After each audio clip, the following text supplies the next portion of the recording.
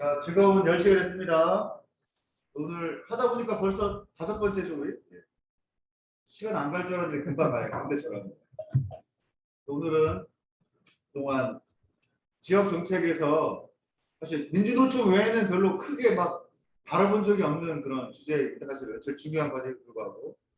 그래서 사실은 영리병원 관련해서 또 막아내는데 못 막았죠, 아직. 막아야 되는데 거의 한 7, 8년 넘게 혼자 붙이고 장구치고 다 하셨던 우리 오상원 국장님 모시고 노동자의 눈으로 본 지역 노동정책을 힘찬 박수 시작하도록 하겠습니다. 예, 먼저 자리를 마련해 주신 우리 제주투데이 박성인 이사장님, 그리고 제주가치 박찬식 대표님, 그리고 대한민국 공동체 구병수 이사장님과 강우진 위원장님 감사의 말씀드리고요. 다른 분들도 함께 감사의 말씀드리겠습니다. 사실 제주에서 한 30만 정도가 이제 노동자로서 일을 하고 있는데, 그동안에 이제 주요 의제로 얘기가 됐던 것들은 사실 없었던 것 같습니다. 저희 제주특별법이나 그리고 국제자유도시 계획과 관련해서도 노동이라는 의제는 사실 많이 찾아보기가 어렵거든요. 그런데 이제 오늘 이 자리를 빌어서 사실 저도 준비를 하면서 공부를 많이 하게 됐고, 그리고 이제 여기 계시는 그리고 줌으로 참가하시는 분들과 함께 또 노동의 의제에 대해서 이제 앞으로 지방선거 대선을 앞두고 마련된 오늘 자리가 상당히 저는 의미 있는 자리가 아닌가 싶고요. 오늘을 기점으로 좀 제주에서 노동이라는 의제가 많이 얘기되고 알려졌으면 하는 개인적인 바람이 있고요. 인사만 일어나서 드리겠습니다. 저는 민주노총 제주본부에서 조직쟁의 2국장을 맡고 있고요. 그리고 미조직 사업, 정책 사업 등을 현재 담당하고 있습니다. 네, 오상원이라고 합니다. 반갑습니다. 사실 제가 양력을 좀 준비를 해왔어요. 네. 저를 잘 모르시는 분들이 계실 것 같아서 준비를 하는데요. 사실 이제 우리 강호진 대표님께서 시간을 좀 길게 끌어주시라고 해서 넣어서 좀 한 것도 없지 않아 있습니다. 이러서니까 화면이 2018년부터 금원 노동조합인 의료연대 제주지역지부라는 곳에서 조직부장, 사무국장을 한 2018년도까지 했고요. 그리고 이제 2014년부터 쌍월병원이 제주도에 들어오면서 제주도민운동본부의 정책기획국장을 맡고 있습니다. 그리고 17년도부터는 영리병원을 심의했던 제주도 보건의료정책심의위원회 위원으로 참석을 했었고요. 2018년부터 자리를 좀 옮겨서 민주노총 제주본부로 갔고요. 그때부터 이제 제주도와 함께 좀 크고 작은 여러 노동정책들을 함께 얘기하는 자리에 들어갔던 것 같습니다. 체불임금 유관기간 대책회의하고 강북공사 TF, 그리고 지금 제주시청 앞에 운영되고 있는 이동노동자 쉼터 혼디심판 운영을 위한 그 TF에도 함께 준비를 했었고요. 그리고 지금은 이제 민주노총 제주본부에서 조직 그리고 노동정책 등을 담당하면서 여러 가지 사업들을 하고 있습니다. 하지만 가장 많이 알려진 건 사실 아까 말씀하셨던 것처럼 영리병원 담당으로 많이 알려지긴 했는데요. 사실 제 전문 분야는 노동정책과 노동 분야입니다. 그래서 이제 다시 초심으로 돌아가서 영리병원을 누군가에게는 넘기고 가려고 하는데 쉽지 않을 것 같습니다. 향후 몇 년 동안은 겸직을 해야 될 것 같고요. 그럼 이제 본론으로 한번 들어가 보겠습니다. 저는 제주를 대표하는 노동 키워드로 한 3가지 정도를 뽑았습니다. 이거는 개인적인 제 생각이니까요. 먼저 첫 번째로는 비정규직, 그리고 저임금, 맞벌이 이렇게 뽑았는데요. 그렇게 뽑은 이유에 대해서 좀 몇 가지 통계 자료들을 보면서 말씀을 나눠보도록 하겠습니다. 먼저 통계청의 작년 시도별 비정규직 노동자 현황을 보게 되시면 제주 같은 경우가 상당히 비중이 높습니다. 한 43% 정도 되는데요. 전국 비율로 따졌을 때도 한 3위권, 이전에는 이제 1, 2위권 그렇게 많이 다투던 시절이 있었는데 조금 고용 경기가 변화된 지점들이 있었던 것 같고요. 그래서 보게 되시면 비정규직 비율이 상당히 높은 지역 중에 하나다라는 것을 알 수가 있습니다. 그 다음에 작년에 대통령 직속 일자리위원회의 자료에 따르면 제주 지역의 월 평균 임금 같은 경우가 300만 원이 채 되지 않습니다. 289만 원으로 전국 최하위 수준인데요. 사실 되게 289만 원 하면은 많은 금액일 수도 있겠지만 저렇게 많이 받는단 말이야? 사실 이런 생각도 드실 거예요. 하지만 요거는 통계값이고 평균값이기 때문에 저게 딱 맞다라고 보시긴 어려울 것 같고 각종 통계들을 다 합산해 봐야지 알 것 같지만 그래도 전국에서 가장 낮은 임금 수준을 가지고 있다라는 것입니다. 그리고 19년 통계청 자료에 따르면 제주의 맞벌이 가구의 비율이 상당히 높아요. 울산에 비교하게 되면 거의 한 2배 정도 맞벌이를 하고 있어요. 울산 같은 경우는 사실 제조업 중심으로 구성이 돼 있고 제조업에서도 대기업 중심의 이 회사들이 뭉쳐 있다 보니까 사실 한 명만 벌게 되더라도 맞벌이를 하지 않아도 되는 정도의 임금 수준이 되는데 제주 같은 경우는 사실 임금 수준들이 너무 낮다 보니까 맞벌이를 할 수밖에 없는 그런 구조를 가지고 있지 않나 그렇게 한번 해석을 해보고요. 또한 제주 같은 경우가 전국에서 자녀를 2명 이상 데리고 지금 키우고 있는 그 가정 구성비가 높은 지역 중에 하나입니다. 되게 이제 아이들에 대한 사랑이 높고 하지만 아이들을 2명 이상 키우려면 여러 가지 의식주 비용들이 많이 들어가잖아요. 그런 비용들을 벌기 위해서도 저는 맞벌이를 할 수밖에 없는 임금이 낮기 때문에 그런 구조가 계속 되고 있지 않나 싶습니다. 이제 이후에 그 취업률 관련해 가지고도 나올 텐데 사실 취업률과 관련해서는 제주도의 취업자 비중이 거의 70%가 넘어요. 되게 많은 사람들이 그 일을 하고 계시는 거죠. 그 이유가 저는 크게 2가지라고 보는데요. 첫 번째는 임금이 낮으니까 일을 할 수밖에 없는 구조. 그리고 비정규직이기 때문에 내가 한 가지 일만 하는 게 아니라 여러 가지 일을 하는 그러면서 이제 데이터가 다중으로 잡히는 그렇기 때문에 취업률이 높은 그런 구조를 가지고 있을 텐데 사실 저희가 이제 4대 보험을 살펴보는 이유는 취업률이 높게 되면 대부분 4대 보험을 가입을 해야 되잖아요. 그런데 4대 보험 가입 현황도 사실 좋지가 않습니다.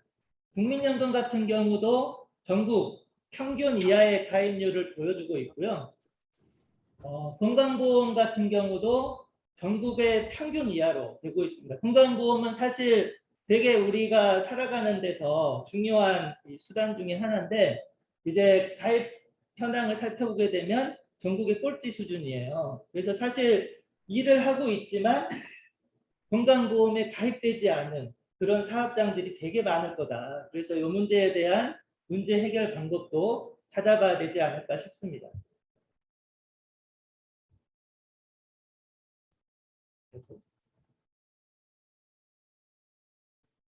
네, 고용보험 또한도 마찬가지죠. 이제 고용보험 가입률도 낮다 보니까 사실 제주 같은 경우는 단기성 일들을 많이 하고 그리고 좀 제가 다른 제주도의 자료를 살펴보다 보니까 뭐 평균 분석 연수가 한 2.5년 막 이렇게 나오는 직종들도 되게 많더라고요. 그런데 고용보험이 가입돼 있지 않으면 다음에 일자리를 얻을 때까지 돈을 벌 수 있는 구조가 안 되지 않습니까? 그래서 고용보험 가입은 필수인데 제주 같은 경우는 가입률이 낮다 보니까 실직을 하게 되면 일자리를 구하지 못하고 그러게 되면 이제 사실 이제 빈곤 상태에 빠질 수밖에 없는 아주 사회적인 불안정한 환경에 놓여 있다라는 것을 우리가 고용보험 통계를 보면서 좀 알 수 있을 것 같고요. 제주의 산업별 종사자 수를 보게 되면 이제 저쪽 끝에가 잘 안 보이는데요. 6만 명 조금 넘게 해서 숙박 음식 쪽으로 이렇게 이 일들을 하고 계십니다. 그리고 이제 그 다음 비율이 높은 데가 도소매, 보건사회, 교육, 건설. 이 통계 순으로 산업별 종사자 수가 많은데요. 문제점들은 이제 이후에 도소매, 숙박음식 요 등등이 왜 이렇게 문제들이 있을까? 이 비율이 높은 데서 문제들이 있는 이유가 무엇인지 한 번 더 살펴보겠고요. 사실 제주 같은 경우는 특별히 제조업이라든지 여러 가지 국가기관 산업이라든지 좀 임금이 높은 그리고 많은 노동자들을 채용할 수 있는 현장들이 없기 때문에 그리고 관광지라는 특성이 있다 보니까 사실 숙박음식과 도소매 등등의 이런 이 산업별 종사자가 많음을 좀 더 확인할 수가 있을 것 같고요. 아까 말씀드렸던 산업별 이 내용에 대해서 평균 노동 시간들을 대략 살펴보면 제주도가 많이 있었던 그쪽에 이 산업들이 되게 평균 노동 시간들이 낮습니다. 그래서 이제 제가 여기에 통계치는 넣지 않았지만 또 제주도가 전국에서 가장 낮은 것 중에 하나가 이 노동 시간이 낮아요. 상용직 노동자 수. 상용직 노동자들의 이 노동 시간이 한 173시간인가? 그렇게 해가지고 되게 낮은 지역 중에 하나인데 사실 대부분 이런 데들에서 이렇게 이 노동 시간이 낮은 곳들에서 일을 하다 보니까 데이터 자체가 낮게 나올 수밖에 없다. 그래서 뭐 제주도가 워라밸을 지키면서 일을 하고 있는 게 아니라 산업이 가지고 있는 특성상 그렇게 이 데이터들이 나올 수밖에 없다. 그래서 결코 제주도가 이 노동 시간이 짧아서 살기 좋다가 아니라 노동 시간이 짧기 때문에 그만큼 누구보다 더 일을 해서 돈을 더 많이 벌어야 된다. 저희가 이렇게 또 데이터를 해석을 해볼 수도 있겠습니다. 산업별 임금 현황을 보게 되면 되게 충격적이죠. 제주도에서 가장 많은 곳 중에 하나가 숙박 음식점인데 임금이 이게 지금 기준이 시간당 임금 총액이에요. 시간당 임금 총액은 뭐 여기에 기본급, 통상수당, 시간의 수당 등등을 다 포함했기 때문에 11,000 얼마가 넘는 거예요. 그래서 단순히 뭐 시간당 얼마 받아요 이게 아니라 이 사람이 내가 이 주말에도 나와서 일하고 퇴근해야 될 시간에 퇴근 못하고 일하고 이런 모든 휴일에 나와서 일하고 모든 금액들을 다 포함한 금액이기 때문에 11,000 얼마가 나오는 거예요. 사실 그보다는 더 낮을 수도 있습니다. 그래서 보게 되시면 제주도의 주요 산업들 구성이 돼 있었던 게 숙박, 음식, 아까 도소매, 그 다음에 보건사회 뭐 등등이었는데 임금 수준이 되게 중간값보다 낮은 곳들이에요. 그렇기 때문에 사실 제주도가 전국에서 임금 수준이 낮은 지역이 될 수밖에 없는 구조가 되고 있다는 겁니다. 사실 근데 이거는 저희가 구조적으로 지금 바꾸기는 어려운 상황들이죠. 그러면 이후에 이런 상황들을 어떻게 좀 극복하면서 나가야 될 건지도 오늘 함께 살펴보려고 합니다. 특히나 가장 문제는 저는 그건 것 같아요. 근로기준법 같은 경우는 5인 미만, 1인에서 4인까지는 적용이 되지 않습니다.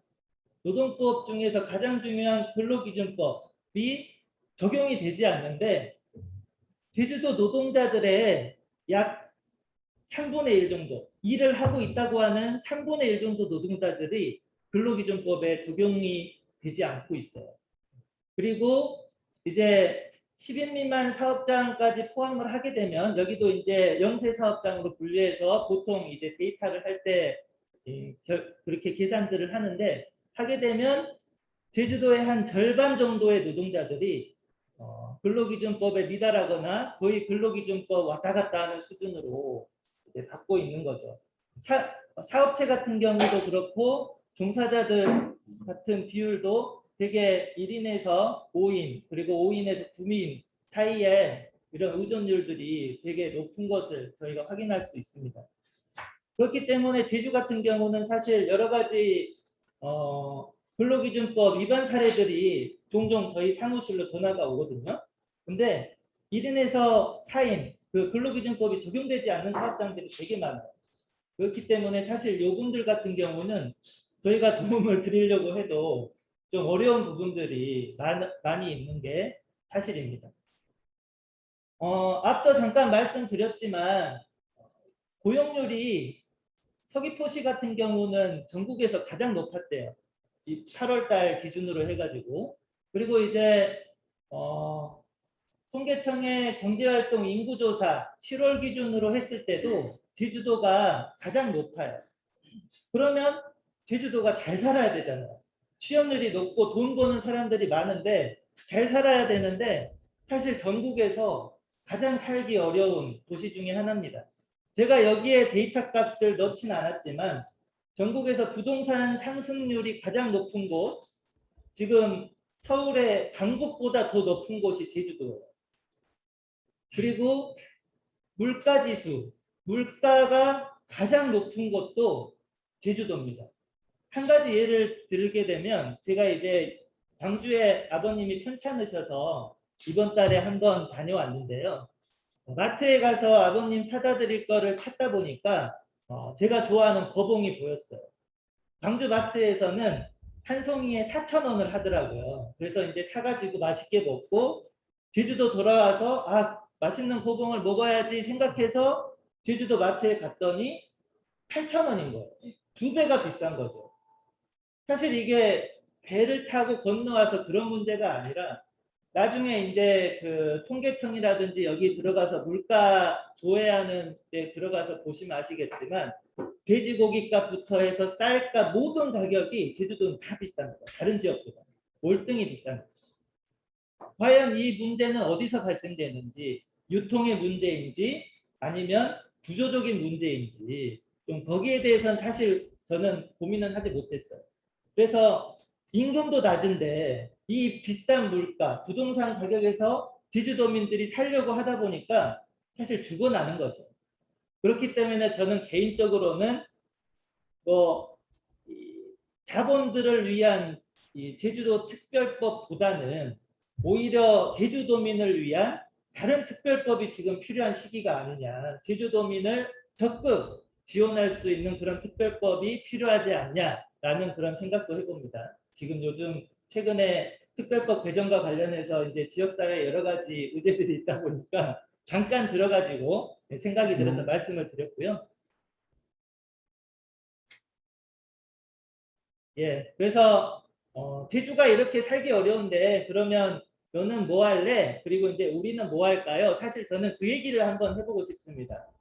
제주도나 뭐 국회의원들을 까는 비판하는 그런 얘기들도 많이 나올 수 있겠지만 사실 저는 그런 얘기보다는 제주도에 살면 적어도 제주의 이런 안 좋은 노동 현안을 바꾸기 위해서 현실을 바꾸기 위해서는 이 정도는 필요한 거 아니냐 해서 몇 가지 의제들을 좀 담아봤고요.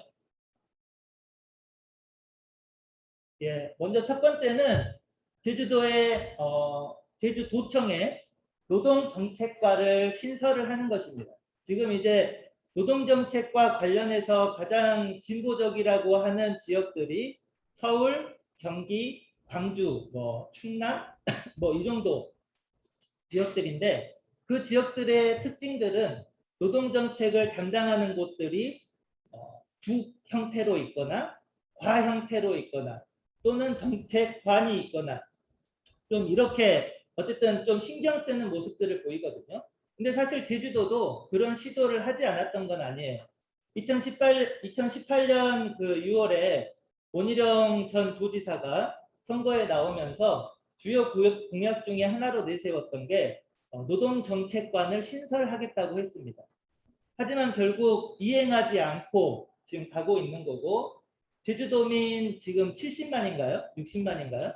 70만 중에 30만이 노동이 있다고 하는데 그 30만의 노동을 담당하는 제주도 담당 부서의 인원은 불과 2~3명에 불과합니다. 사실 그렇기 때문에 어떤 노동정책을 생산하더라도 집행해 나가기가 어렵고 풀어나기가 어려운 현실이죠. 그래서 노동 전문관을 채용을 하고 노동정책을 수립하는 데 있어서 제주도가 적극 나서기 위해서라도 노동정책과가 신설이 필요하다. 그리고 노동조합의 노동정책 참여 같은 경우는 사실 지금도 보장은 돼 있습니다만 조금 더 많은 내용들을 담고 이거를 실현시키기 위해서라도 노동정책과 신설이 필요하다. 그리고 노동 권익 향상을 위한 기구들을 다른 지역들에서 많이 운영을 하고 있는데요. 그런 운영을 잘 하기 위해서라도 노동정책과 신설은 필요하다라는 것이고요. 두 번째 과제로는 사실 이제 노동자들의 조직, 노동조합의 과제이기도 합니다. 하지만 그동안에 이제 대표적으로 대한민국 사회를 바꿔왔던 것 중에 하나가 노동시간을 단축하는 문제에 노동조합이 나서지 않았다면 스스로 단축되지 않았을 거고요. 제주도민들 중에서 지금 많은 도민들이 누리지는 못하고 있지만 주 5일 근무 같은 경우도 지금 민주노총이 사실 투쟁으로 만들어 왔던 과정이었죠. 그리고 이제 9월 2일 내일 되게 되면 보건의료에 종사하고 있는 보건의료 노동자들이 파업을 앞두고 있습니다. 거기에서 주요 핵심 의제 중에 하나는 주 4일 근무예요. 병원 노동자들이 K방역이라고 해가지고 코로나를 되게 잘 막아왔잖아요. 근데 병원 노동자들의 현실 인터뷰를 들어보면 그들의 노동력을 갈아 만들어서 만든 K방역이라는 것이죠. 인력을 충원해야 되는데 충원하지 않고 이거를 돈으로만 버티려고 하는 거예요. 근데 병원 노동자들이 하는 얘기는 그겁니다. 우리 돈 필요 없다. 돈 필요 없으니까 쉬게 해달라.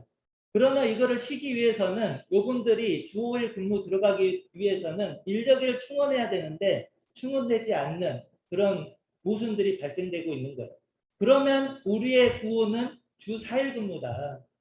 노동시간을 단축하고 인력을 확보해서 일자리도 나누고 사회적인 전반적인 문제를 해소하자. 사실 이게 보건의료 노조의 이번 파업의 핵심 과제 중에 하나입니다. 그렇게 이제 민주노총이 사회적 여론을 형성하고 의제를 만들어서 정책에 반영을 시키는 것이죠. 그렇게 하기 위해서는 제주도와 민주노총이 정례적인 노동교섭들을 진행을 해야 되는 것이고요. 그리고 노동정책에 대해서 방금 제가 말씀드렸던 것처럼 제주도와의 노동교섭을 통해서 이런 여론화, 의제화를 더욱더 해나갈 필요들이 있겠고요. 지금 경기 같은 경우는 이번 달에 노동정책 협약식을 했습니다. 그래서 TF를 구성을 하기로 했는데 어떤 것을 하기로 했냐면 5인 미만 사업장에 대해서 뭐 시간의 수당, 그 다음에 뭐 최저임금에서 부족한 부분, 휴일 근무 수당 이런 것들 5인 미만 사업장들은 사실 돈이 없어서 지급하지 못하는 경우들이 있거든요. 그래서 이런 것들을 구체적으로 좀 경기도의 예산으로 지급하는 것들을 논의하기 위한 TF 구성 등을 지금 하고 있고요. 서울 같은 경우도 이전 시장이 있을 때까지는 노동교섭들을 하면서 여러 가지 이 변화들을 많이 시켜왔었습니다. 그런데 이제 당장 국민의힘 오세훈 이 시장이 들어서면서부터는 아까 말씀드렸던 노동정책국을 해소를 시키려고 하는 시도들이 계속 있는 거고요. 그리고 이제 노동교섭 같은 경우는 아예 하지 않는 그런 상황들이 있습니다. 그래서 이제 차기에 제주도에 어떤 도지사가 어떤 성향의 도지사가 들어올지 모르겠지만 사실 저는 성향에 따라서 노동교섭을 하냐 안 하냐는 중요하지 않다고 봅니다. 제주도민들이 노동을 하는 사람들이 있기 때문에 그 노동 이 30만에 가까운 이 노동을 하는 사람들의 기본적인 기본권을 해소하기 위해서는 반드시 노동조합의 대표 조직과 교섭들이 필요하지 않을까 싶습니다. 여기서 이제 잠깐 하나의 광고 말씀을 드리자면 사실 민주노총이 작년부터 해가지고 제1노조로 공식적으로 인정을 받았잖아요. 그래서 이제 제주 같은 경우도 약 조합원들 14,000명 정도가 있긴 있는데 뭐 아직 제주도에서는 특별히 민주노총을 제1노총으로 이렇게 받아들이지 않고 그러고 있긴 하지만 사실 저희 같은 경우는 계속 제1노총이라는 자부심을 가지고 여러 가지 제주 지역의 노동 의제에 적극 개입을 해보려고 하고 있습니다. 예. 그래서 아까 말씀드렸던 노동기구 같은 경우에 제주에는 비정규직 근로자 지원센터라는 것을 지금 제주도에서 한국노총에 위탁을 주고 운영을 하고 있잖아요. 근데 이제 비정규직에 대해서 한정되다 보니까 사실 이제 그 기구를 노동권익센터로 바꿔야 된다는 제주도 노동정책 기본 계획들도 있습니다만 지금 뭐 전국적인 흐름들은 이 이후에 살펴보겠고 노동권익센터가 어떤 역할들을 하는 곳인지는 간략히 말씀드리고 넘어가겠습니다. 노동권익센터 같은 경우는 노동정책을 가장 기본적으로 기획을 하는 곳이에요. 그리고 실태조사를 하게 됩니다. 저희가 이제 아까 앞서 말씀드리면서 설명했던 대부분의 자료들이 사실 관에서 한 조사들이에요. 그래서 사실 저는 이 관에서 한 조사들은 정말 이 통계 자료를 믿을 수 있을까 하는 의구심도 있거든요. 그 다음에 이제 또 조사 자료들이 많이 나오는 데가 정경련 그리고 이제 한국은행 등에서는 이제 고정적으로 계속 나오고 있는데 사실 정경련 같은 경우는 특정 조직을 대변하는 곳이 있기 때문에 그 데이터 값을 믿을 수가 없고 그리고 이제 한국은행 같은 경우도 사실 이 경제 중심의 그런 표본 지수만 내다 보니까 저희 노동자들한테 도움 안 되는 지수들이 되게 많이 나오기도 합니다. 그래서 가장 중요한 것은 노동자들을 중심으로 실태 조사를 하고 통계를 정확히 낼 수 있는 조직이 필요하다. 저는 그게 노동권익센터다. 그리고 이제 다른 지역들이 저런 역할들을 하고 있고 노동권익센터에 변호사, 노무사들이 좀 이렇게 계속 상주하면서 기본적인 제주도민들에 대한 상담들을 진행을 하는 것이죠. 이제 민주노총에 전화하시는 도민들 대부분들은 민주노총이 그나마 낫다고 해서 전화한 분들이 많이 계세요. 하지만 민주노총에 반감이 있는 분들은 자기들이 가지고 있는 문제점들이 있더라도 민주노총에 상담 전화를 잘 걸어오지 않습니다. 그래서 이제 제가 지난번에 어떤 일용직 노동자하고 우연치 않게 이렇게 말씀을 나눈 적이 있었는데 아니 이런 문제가 있으면 오셔가지고 말씀을 하지 그랬어요. 하니까 그분 하는 말씀이 저는 민주노총 싫어해서 그럴 생각도 못했어요. 그랬어요. 저희 민주노총은 항상 그 759에 9915번에 전화하시면 언제나 그 상냥한 우리 센터장님께서 상담을 받아주시니까 거부감 없이 전화 주셔도 된다고 주변에 말씀을 해주시면 좋을 것 같고요. 그리고 기본적으로 노동권익센터는 적대적인 그런 뭐 이렇게 지자체와 적대적인 사업들을 하는 게 아니라 지자체에 좋은 내용 노동정책들을 많이 전달해주고 이거를 실현시키기 위한 그런 사업들을 이제 진행을 하는 거고요. 노동존중 문화 같은 경우 예를 들면 뭐 이 길거리 캠페인 그리고 각종 이제 서울 같은 경우는 뭐 그 지금 이동노동자 쉼터라든지 감정노동자 쉼터 등등을 운영하는 주체로도 이제 돼 있는데요. 이런 전반적인 노동시설들 운영이라든지 좀 캠페인 활동들도 노동권익센터에서 진행을 하고 있습니다. 전국적으로 지금 노동권익센터가 운영되는 현황인데요. 부산 같은 경우는 작년부터 지금 민주노총 제주본부에서 위탁해서 운영을 하고 있고요. 경기 같은 경우는 노동권익센터를 직영, 그 지자체에서 공무원들을 파견해서 직접 운영을 하고 있어요.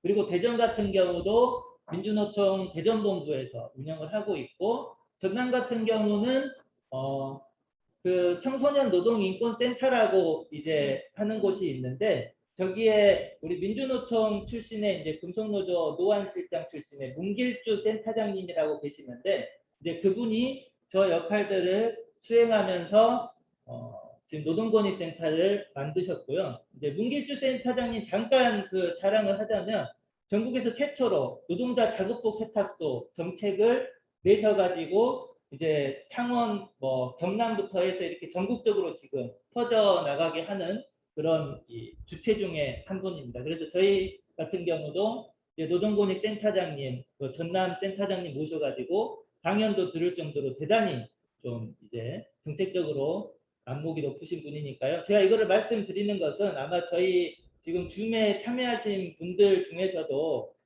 좀 정치적으로 이런 이해관계가 있으신 분들이 계실 것 같아서 나중에 부르실 거면 저 전남에 계시는 노동 이 권익센터장님 부르시면 된다라는 것을 말씀을 드리는 거고요. 충남 같은 경우도 민주노총 충남본부에서 운영을 하고 있고 광주 같은 경우는 되게 특징적인 게 노동센터를 운영하면서 비정규직 지원센터까지 2개를 운영을 하고 있습니다. 그래서 이제 조금 더 우리 광주 시민들에게 나은 그런 노동 상담이라든지 노동 정책들을 지금 제안하려고 하고 있는 거고요.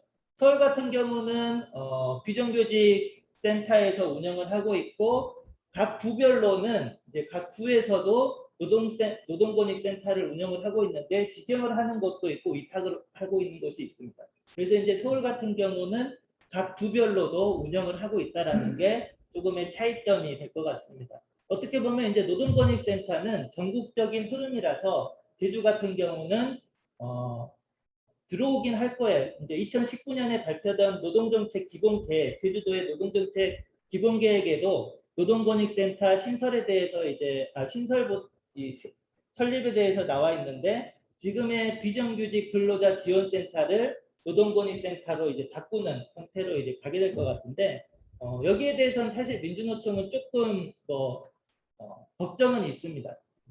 다시 한국노총으로 가게 되면 사실 이게 잘 도민들에게 되게 될지 그리고 이제 저희 같은 경우는 제주 같은 경우는 권역이 좀 다르다 보니까 뭐 제주시권, 서귀포시권 이렇게 따로도 필요하지 않을까 그런 생각들도 해보는 거고요. 거기에 대해서는 뭐 이후에 또 자리가 마련되면 다시 한번 말씀을 드리도록 하겠습니다. 아까 보셨듯이 제주도가 맞벌이가 되게 많았잖아요.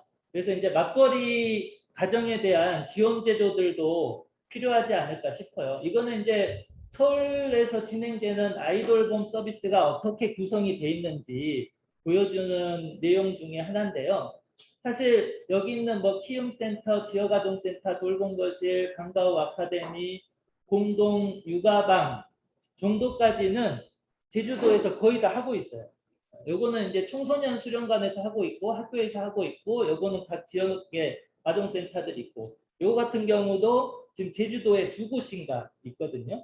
그래서 이제 안 되고 있는 거는 사실 공동육아 나눔터 정도가 이제 서울에서 아마 직접적으로 운영을 하고 있는 것 같은데요. 이제 문제는 서울 같은 경우도 이런 시설들이 한 6시 정도면 운영이 끝나는 데들이 많아요. 특히나 요 2개 같은 경우는 시간을 좀 더 길게 좀 해도 될 것 같은데 사실 공동 육아방 같은 경우는 한 6시 정도 되면 마무리가 되는 사실 그런 상황이죠. 근데 저도 아이 키울 때 어린이집 데리러 갈 때 보게 되면 6시 정도에 이제 저도 빨리 끝나서 간다고 하는데 6시 조금 넘으면 항상 우리 아이가 마지막이거나 마지막에서 한 1, 2번째 과정이거나 그렇습니다. 그런데 이제 제가 노동조합 하면서 겪어본 우리 조합원들 얘기를 들어보면 되게 다 비슷한 얘기들을 하세요. 9시 전에 출근을 해야 되니까 8시 반 정도에 아이를 데려다 놓으면 우리 아이가 항상 먼저 가 있는 거예요. 그리고 빨리 가더라도 6시 조금 넘어야 되니까 우리 아이가 항상 마지막에 있는 거예요. 그게 이제 어린이집이나 유치원에 항상 마음의 죄책감이죠. 하지만 우리가 일하는 게 사회적 환경이 이렇게 될 수밖에 없는데 죄책감을 지녀서 해결될 수 있는 문제는 아니잖아요. 그러면 이런 문제는 사회적으로 풀어줘야 된다. 뭐 현재 있는 어린이집에 대한 지원을 더욱더 강화해서 아이 돌봄 시간을 늘린다든지 아니면 각 동네마다 별도의 공동 타가방, 육아방들을 만들어서 거기서 좀 아이들을 함께 키울 수 있는 그런 얘기들을 저는 풀어야 되지 않을까 싶은 거고요. 이제 서울 같은 사례가 잘 됐다는 게 아니라 이런 형태로 지금 맞벌이 부부들을 위한 지원 정책들을 조금 더 생산할 수 있는 것들이 뭐가 있겠는지 저희들이 고민을 해보자라는 거죠. 그리고 이제 제가 이 글로서는 담지는 않았지만 맞벌이 가정의 가장 큰 문제점들이 뭐냐면요. 아이들의 비만도가 높아진다는 연구 결과가 나와 있어요. 사실 맞벌이 가정에서 이제 아이들과의 정서적인 교감도 부족한 게 문제가 되겠고 그리고 이제 가장 중요한 것은 아이들의 신체적인 건강까지 맞벌이 문제 때문에 문제가 발생된다는 것입니다. 사실 그런데 이게 단순히 성장기에만 나오는 게 아니라 이후에는 이 문제가 어디까지 가게 되냐면 성인이 돼서 성인병이 발생될 확률이 높아진다는 거죠. 그렇게 되면 제주 같은 경우는 이게 사회적인 문제가 될 수밖에 없는 그런 상황이고 그리고 이제 전국에서 사실 아동병원이 없는 곳 중에 유일한 곳 중에 하나가 또 제주예요. 그래서 이제 아이들에 대한 좀 전문적인 케어 그리고 건강관리 이런 것들을 하기 위해서라도 좀 지역에 뭐 공공 아동병원이라든지 그런 부분들이 저는 필요하지 않을까 싶습니다. 그 다음으로는 이제 영세 사업장에 대한 4대 보험 지원 사업들이 저는 필요할 것 같아요. 이거는 이제 제주도에서 있는 내용들을 좀 발췌를 해왔는데요. 기본적으로 지원할 수 있는 근거들은 좀 이렇게 나와 있습니다. 그리고 이제 지금도 일부 지원을 하고 있고요. 영세 사업장에 대한 4대 보험 지원 같은 경우는 기본적으로 4대 보험 가입률을 조금 높여가지고 4대 보험의 사각지대를 해소를 해주는 것이죠. 사각지대를 해소를 해주는 거고 제주에서도 요거를 일부 시행을 하고 있어요. 충남, 강원, 서울동에서도 하고 있고요.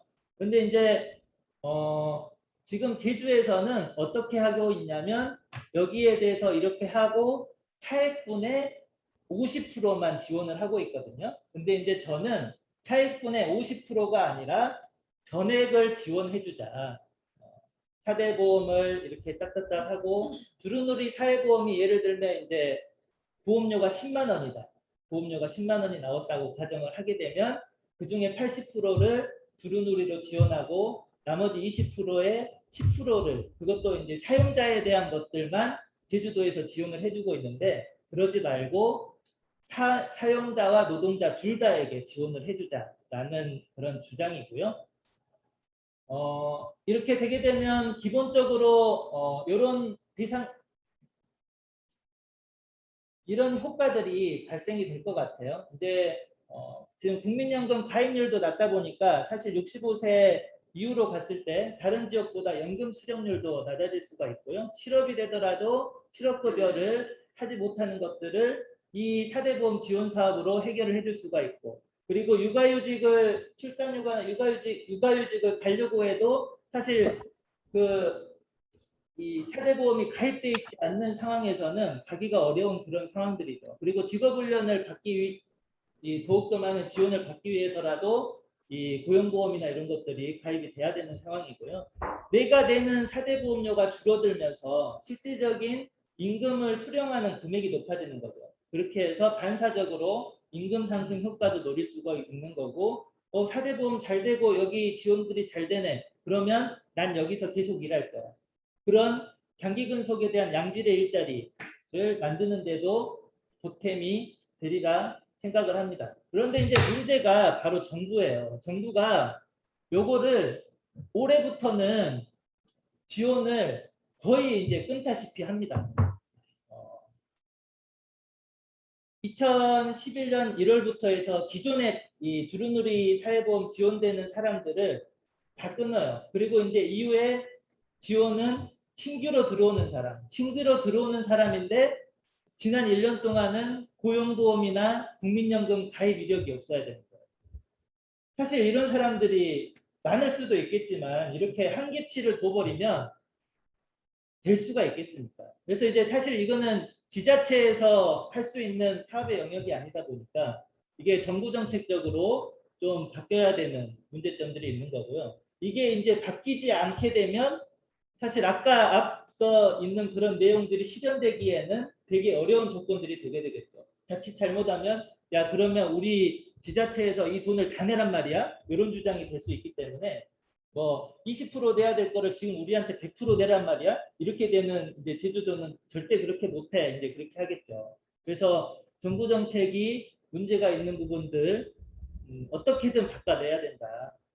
그래야지 아까 말씀드렸던 영세사업장 4대 보험 지원 사업들이 바뀔 수가 있을 것이다 라는 말씀을 드리는 거고요. 그리고 이제 제주도가 17년인가요? 17년 정도의 생활임금 조례를 만들어 가지고 생활임금을 시행을 하고 있어요. 근데 이제 생활임금이 지원되는 곳들이 제주도 그리고 제주시, 서귀포시 그리고 공공근로 그리고 국가 지원 그 금액 국책 사업에서 그 인력이 투입되는 사업 등의 지금 생활임금들이 지원이 되고 있는데요. 생활임금의 가장 기본적인 목적은 그겁니다.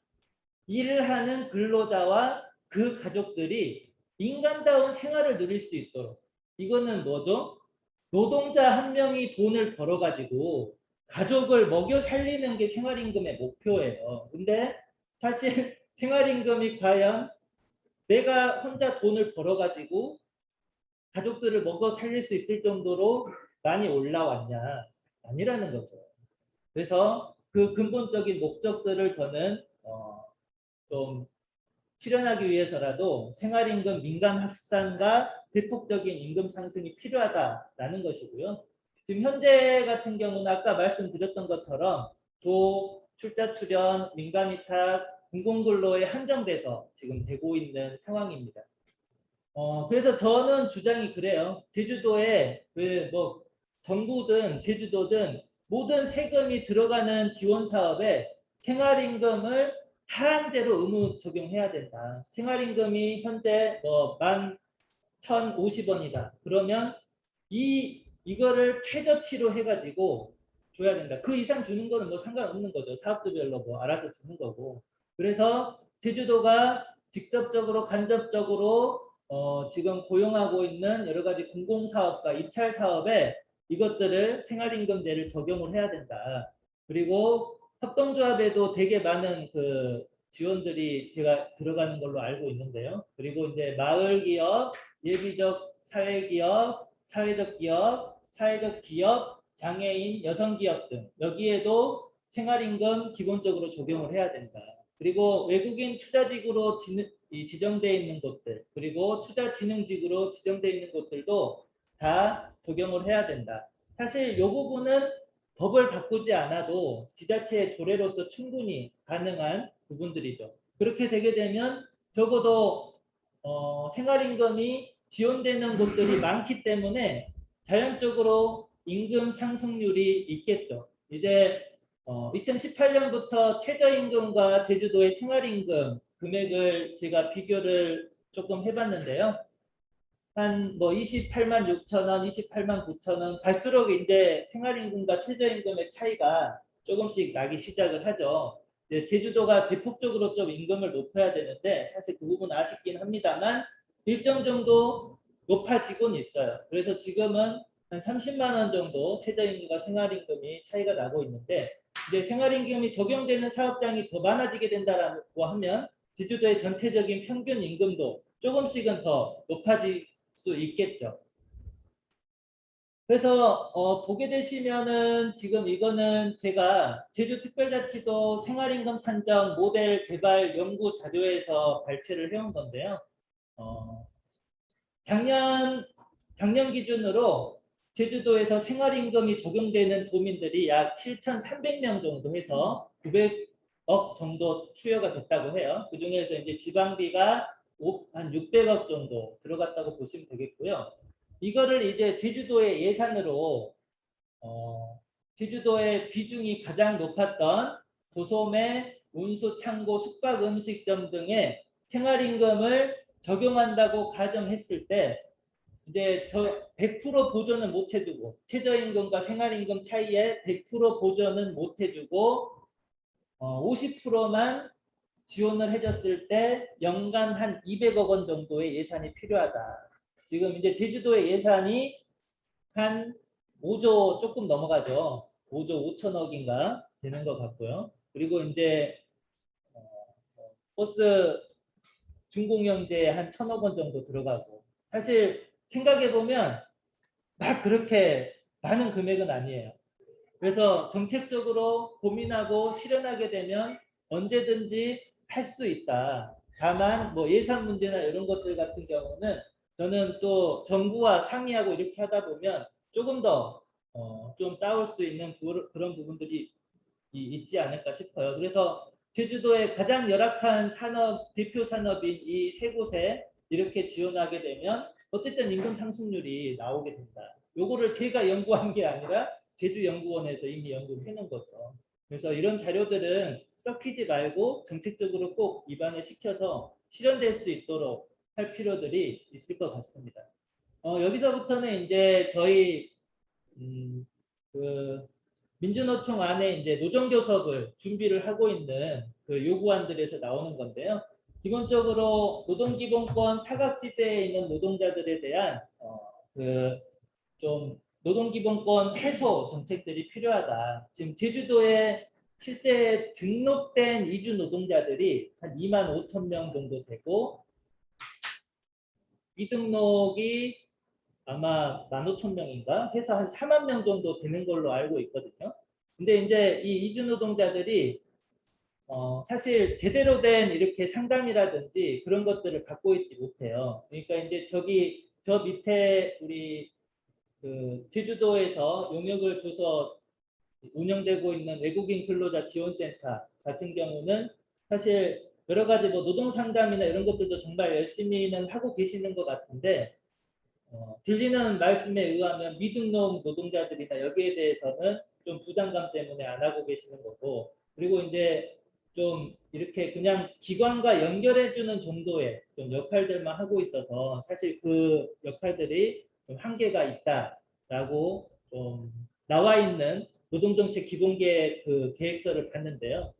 저희는 이제 제주시에도 있는데 사실 서귀포시에도 많은 그 이주 노동자들이 계시거든요. 어선원들 중심으로 하고 농업 쪽에서 일하는 분들이 계시는데 그분들에 대해서도 서귀포 지역에서 이 추진들을 해야 된다. 그래서 이거 같은 경우는 저희가 이제 얼마 전에 유성권 의원 만나가지고 얘기를 들어보니까 이전에 추진을 하려고 했다가 저기 선주들 되시는 분들께서 반대를 하셔가지고 못했다고 하시는데 그 이유가 되게 가관이었어요. 이주 노동자들이 모이면 안 된다.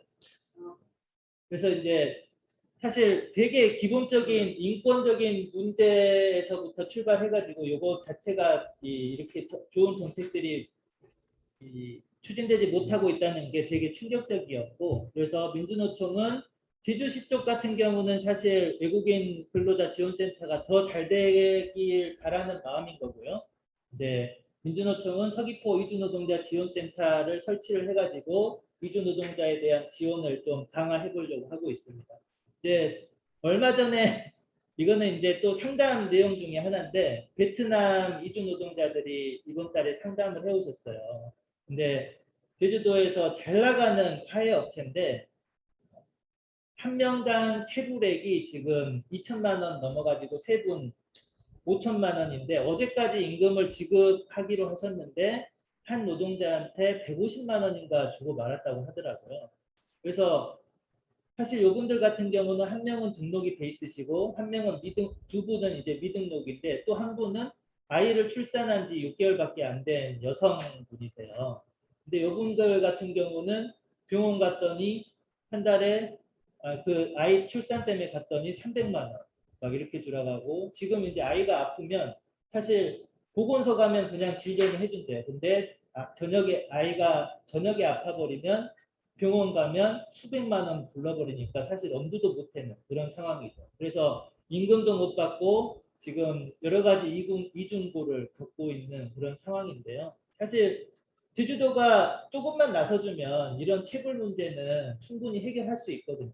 요분 같은 경우는 코로나19 때문에 여기 사장 같은 경우는 코로나19 때문에 하이농가 어렵다고 하이농가 복귀 막 버킷리스트 같은 거 했잖아요. 원희룡 도지사도 해가지고 뭐 꽃 사주기 막 이렇게 했는데 거기에 이 수혜자 중에 한 분이시거든요. 근데 그런 수혜들은 수혜대로 입으시고 사실 이면에서는 이주 노동자들을 핏자 가지고 지금 이렇게 운영들을 하고 있는 거예요. 물론 코로나19 때문에 그분들이 어려운 부분들을 이해를 못하는 건 아닙니다. 하지만 이 문제는 어쨌든 기본적인 노동법 위반 사안들이고 임금 체불 사안이기 때문에 반드시 해소가 돼야 되는 거고요. 이런 것들은 단순히 개인이나 이런 거에서 이런 쪽에서 정리할 수 있는 문제가 아니라 지자체와 기관이 나서서 해결을 해야 되는 문제다라는 것이고요. 근데 노동자 작업복 세탁소 같은 경우도 이제 공단 중심에 그리고 이제 농민들 중에서도 좀 크게 농사를 하고 계시는 분들 계시잖아요. 거기에 보면 이제 이 일용직 노동자들이나 외국인 노동자들이 일을 하고 계시는데 그분들의 작업복을 공짜로 빨아들이는 역할을 하는 노동자 작업복 세탁소를 설치를 하자라는 거고요. 지금 이제 뭐 감정 노동자, 택배 노동자, 뭐 배달 노동자 등등 많은 이제 필수 노동자들이 법으로 이제 규정이 돼 있는데 제주에서도 그 범위를 확대를 해보려고 하지만 사실 법이 바뀌지 않는 이상은 안 될 거지만 어쨌든 범위 확대와 이분들에 대한 보호 대책을 마련해보는 것도 지금 고민을 하고 있습니다. 그리고 제주 지역에서 이제 한 달에 한 번꼴로 계속 그 기사가 나와요. 건설 현장에서 누가 떨어졌다, 떨어진 것에서 누가 맞았다더라. 그런데 사실 여기에 대한 안전진단 등등등 이런 것들을 지자체에서도 함께 고민을 해줘야 되거든요. 각 건설 현장들의 안전조치가 제대로 이행돼 있는지 그런 부분들을 점검을 해줘야 되는데 점검을 하지 않다 보니까 그런 각종 사고들이 계속 발생이 되는 거죠. 대표적으로 우리 이민호 군 저희 제이크리에이션에서 게임 사고 발생, 그 몇 년 있다가 또 삼다수에서 똑같은 게임 사고 발생, 이런 것들이 기관이나 대표적인 지역의 회사에서 나오는데 처리가 안 되고 있다는 것은 사실 지자체가 방관을 하고 있는 것이죠. 그렇기 때문에 여기에 대한 해결 지점들도 필요하다라는 것이고요. 건설 현장 같은 경우는 사실 공공사업에서도 하도급이 너무 많이 만연이 돼 있어요. 사실 법으로 이게 하지 않도록 돼 있거든요. 근데 지자체가 핑계대면서 안 하고 있습니다. 전세버스 노동자들 같은 경우 제주 지역의 80%의 전세버스가 다 지입이거든요. 말 그대로 기사들이 그 차를 샀어요. 근데 이 차의 소유는 다 회사의 소유로 돼 있는 거예요. 그래서 회사가 마음대로 이 차를 팔아도 어디 가서 하소연을 할 수 없고, 대표적으로 고용지원금이 나왔는데 고용지원금을 이 기사님들한테 줘야 되는데 회사가 먹고 그냥 정리를 해버리는 거예요. 그래서 사실 이런 문제들이 대단히 심각하다. 그래서 전세버스 노동자에 대한 지원 대책 마련해야 되고, 제주는 또 호텔이 많잖아요. 그래서 호텔 등급 심사에서 노동 지표를 반영을 해야 된다. 지금 제주도의 호텔 등급 심사를 관광협회에서 하고 있잖아요. 근데 다른 지역은 다 한국관광공사에서 하고 있습니다. 제주 같은 경우만 관광협회에서 하고 있으면서 되게 이런 부분들이 뭐 등급 심사는 뭐 잘 되고 있을지 모르겠지만 저희들 주장은 등급 심사할 때 이 호텔에 체불 있는지 없는지 살펴보고 그리고 노동 조건 뭐 비정규직 비율은 어떻게 돼 있는지 이러면서 점검을 해달라는 거죠. 그래서 사실 비정규직 비율이 높으면 좀 등급 심사 낮게 해주고 정규직 비율이 높으면 높게 해주면서 이제 사회적으로 좀 정책적으로 정규직 비율을 높여가는 그런 정책들이 필요하다라고 말씀을 드리는 거고요. 지금 제주도의 뭐 이마트, 홈플러스 등등 요 마트들이 주로 거의 토요일, 일요일 날 이렇게 토요일 날 쉬나요? 주중에는 안 쉬거든요. 근데 이제 육지 같은 경우는 주중에 쉬는 데들이 꽤 있다라고 하더라고요. 그래서 마트에서 일하는 우리 노동자들이 하소연하는 게 한 2주에 한 번씩 이렇게 주말에 이렇게 쉬는 것들이 이제 있지만은 사실 요때 마트가 쉬어버리니까 사실 이제 요분들이 좀 어렵다. 그러니까 어쨌든 주말에 좀 일을 덜하게 해달라. 이 쉬는 날짜에 조정이 필요하다. 그래서 아마 일요일을 말씀을 하셨던 것 같아요. 그래서 이 쉬는 날짜를 거의 다 일요일로 적용을 해달라. 이런 요구들이 좀 있었고요. 그리고 지금 뭐 저희 칠부드라든지 제주도의 약간 외곽 지역들 가게 되면 화물차라든지 건설 차들이 되게 많이 세워져 있는 게 보실 거예요. 근데 이제 보통 건설차 같은 경우는 자기 주기장을 갖고 있어야 되는 게 기본이긴 하지만 어쨌든 이게 정책적으로 제주도에 뭐 땅들이 남는 곳들이 있다라고 하면 특히나 이제 도심 내 화물 건설 노동자들을 위한 공영주차장들을 만들어 달라는 게 이 노동자들의 요구인 거고요. 그리고 이제 공영주차장과 함께 쉼터도 함께 만들었으면 하는 게 이분들의 고민 지점이 있습니다. 그리고 택배 노동자 지원센터 같은 경우도 지금 아마 정책적으로 협약들이 잘 되고 있는 걸로 알고 있는데요. 요거는 이제 택배 차량들이 되게 운행거리가 많다 보니까 좀 경정비가 가능한 그런 지원센터를 설립해달라는 게 택배 노동자들의 요구입니다. 그리고 서비스 노동자들 같은 경우는 계속 이제 일하는 환경들이 좀 안 좋거나 그러면서 좀 건강권이 안 좋아지는 상황들이 있습니다. 이제 카지노 같은 경우도 이제 저희 노동자들이 근무를 하고 있는데요. 카지노 같은 경우는 금연 시설로 지정이 돼 있지 않다 보니까 사실 안에서 흡연을 하더라도 문제가 되지 않는 거예요. 그래서 경기를 하면서 그 게임을 하면서 옆에 있는 우리 딜러 노동자들은 그 연기에 계속 노출이 되면서 간접 흡연 이런 우려들이 계속 발생이 되고 있는 거고요. 그러면서 이제 건강권이 하락되는 좀 그런 상황들이 있습니다. 그리고 모범 사용자로서 제주도의 역할을 강화할 것들을 요구를 하고 있고요. 2017년 우리 그 문재인 대통령이 인천공항 찾아가서 눈물을 흘리면서 규정규직 완전 없애겠다 했지만 얼마 전 한겨레 기사 보셔서 아시겠지만 규정규직 이행 비율, 정규직 이행 비율 9%. 제주도도 마찬가지예요. 제주도도 거의 뭐 9%대에 머물러 있습니다. 그래서 공공부문 정규직 이행 얼마나 되고 있는지 여기에 대해서 점검단을 구성할 필요들이 있다. 그리고 현재 준공영제 자체가 사실 되게 문제들이 많아요. 거의 뭐 가짜 이사들 올려가지고 임금 떼먹고 버스 노동자들의 근무 환경 조건을 개선하지 않고 지금 서귀포의 동서교통 같은 경우는 심지어는 이제는 그 저기까지 들어왔잖아요. 그 이름이 뭐죠 그거? 네, 사모펀드가 들어왔는데 요 얘들이 요 회사를 보게 되니까 그 이명박의 예전에 맥쿼리 있었잖아요. 맥쿼리 같은 경우가 육지에서 가장 많이 했던 게 민간 도로들의 그 통행료 징수 도로 해가지고 통행료 징수하는 사업들로 해가지고 떼돈을 벌고 있는데 거기 맥쿼리 출신들로 여기 그 회사가 구성이 돼 있더라고요. 그래서 요 회사의 목표는 전국에 이 단일적인 회사를 만들어 가지고 버스계를 평정하겠다. 사실 이게 이제 가장 큰 목표인 것 같아요. 그래서 제주 지역에 있는 다른 버스 회사들도 상당히 노릴 것 같은데 문제는 그런 이 사모펀드 투기자본들한테 제주도민의 혈세를 계속 갖다 바칠 거냐는 거죠. 그럴 바에야 완전히 제주도의 전체적인 패러다임을 바꾸고 관광 문화를 바꿔서 버스와 왕정공영제 도민들 누구나 관광객 누구나 무료로 버스 타고 다니고 여기저기 갈 수 있도록 그렇게 정책들을 바꾸자라는 게 저희 노동자들의 요구고요. 그리고 이제 돌봄에 대해서 상당히 이제 요구들이 많아집니다. 아이들 돌봄부터 어르신들 돌봄까지. 그래서 요분들에 대해서 일하는 노동자들이 증가하고 있는데 사실 뭐 여러 가지 위험에도 노출이 돼 있고 건강권 문제도 있고 이 잠깐 일하다가 해고되는 사례들도 되게 많아서 이러한 부분들을 해결을 해달라는 것이고요. 그리고 이제 4.3 평화인권교육문화센터를 제주 시내권으로 좀 만들어달라는 그런 정책적인 요구도 있습니다. 이거 같은 경우는 이제 4.3 평화공원이 좀 외곽에 있다 보니까 아이들을 이제 거기까지 데려가는 것도 사실 어려움들이 있고 시내권에 있으면 4.3에 대해서 조금 더 이렇게 이 고민들을 풀어낼 수 있을 것 같은데 그런 부분들이 아쉽기 때문에 시내권의 이런 부분들을 해결하자라는 것이고 요즘 이제 요양보호사들 같은 경우도 되게 요구들이 높아지고 있습니다. 제주 지역에도 한 5만 명인가 아무튼 많은 그 요양보호사들이 일을 하고 있는데 계속 그 지원센터나 이런 것들이 좀 필요하다라는 요구들을 해지고 계십니다.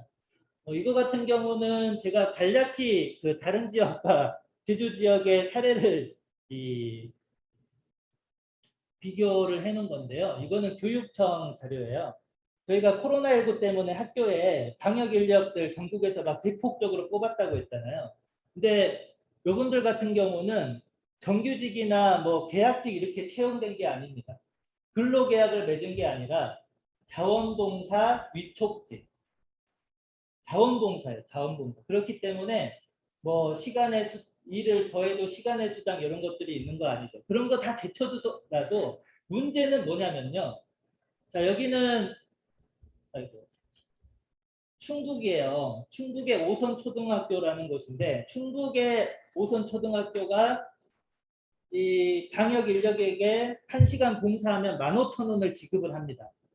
그런데 제주도 백록초등학교 일일 활동비 3만 원이에요. 하루 4시간 일합니다. 그러면 이걸 시급으로 따졌을 때는 7,500원이에요. 충북에서는 15,000원 받고 일하는데 제주에서는 1시간에 7,500원 받고 일을 해야 된다는 거죠. 공공기관에서부터 이렇게 이 임금을 계속 차별시키고 그렇게 있는 거죠. 이제 여기 같은 경우는 사실 조금 많이 주는 케이스긴 한데 지금 뭐 교육부의 공식적인 지침은 아닙니다만 각종 자료들을 봤을 때는 평균 10,000원 정도를 지급을 하는 것 같아요. 근데 제주교육청은 도대체 1,500원을 아니 그 약 2,500원인가요? 그 돈을 어디에 지금 떼먹는 건지. 그래서 사실 공공기관에서부터 이렇게 차별을 시킨다는 것 자체가 사실 가장 큰 문제죠. 제가 이거를 교육청하고 교육부 둘 다에 질의를 했어요. 너네 이거 문제 있는 거 아니냐 했더니 아 이거 문제 없다. 요거 자원봉사니까 상관없어. 근데 대법원의 판단은 다릅니다.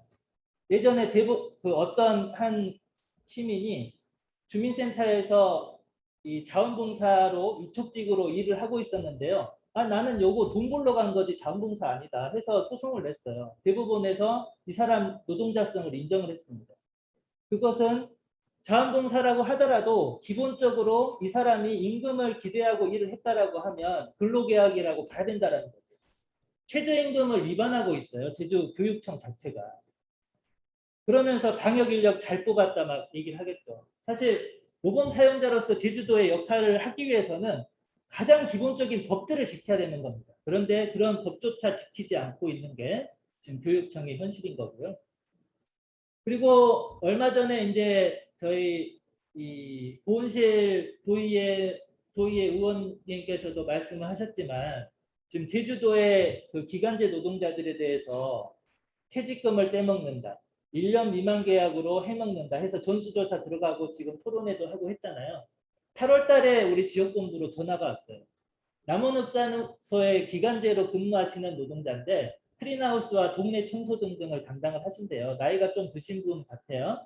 근데 이제 작년까지는 1월 1일부터 12월 31일까지 365일 계약을 해가지고 연말에 퇴직금을 정산을 받으셨대요. 근데 올해는 계약을 1월 3일부터 하셨다는 거예요. 이렇게 되면 이틀 때문에 퇴직금을 안 줘도 되는 거거든요. 제주도가 어떻게 보면 고의적으로 퇴직금을 떼먹기 위해서 기간제 노동자들을 차별하고 있는 거예요. 어떻게 보면 편법을 쓰고 있는 거죠.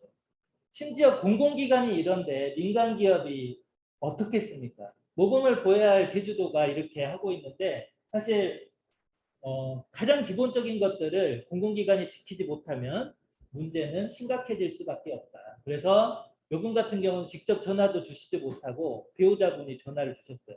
불이익이 갈까 봐. 그래서 요분한테 다시 전화를 드려야 되는데 지금 막막해요, 사실. 제주도에서 이제 고은실 의원님께서 이제 뭐 다른 의원님들과 발의하실 뭐 그런 내용들이 빨리 정리돼서 기간제 노동자들 1년 안 돼도 퇴직금 지급할 수 있도록 그 법이 되면 좋겠지만 이 조례가 되면 좋겠지만 당장 이분은 한 돈 100만 원 이상을 떼먹혀야 되는 그런 상황이죠. 그것도 제주도한테. 참 억울하겠죠.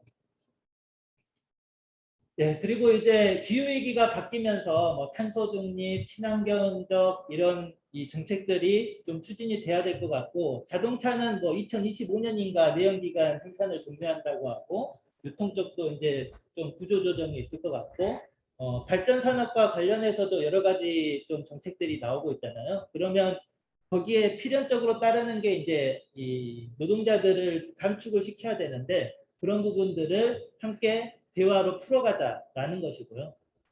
그래서 이제 여기까지가 저희 민주노총 제주본부 제가 이제 오늘 드릴 말씀이고 이제 이제 지금 뉴스에서 한 번씩은 아마 들어보셨을 거예요. 민주노총 얘들 또 뭐 한대 10월 달에 코로나 때문에 뭐 한다는데 코로나 있는데도 그걸 한단 말이야? 막 이러면서 비판들이 되게 많이 왔어요.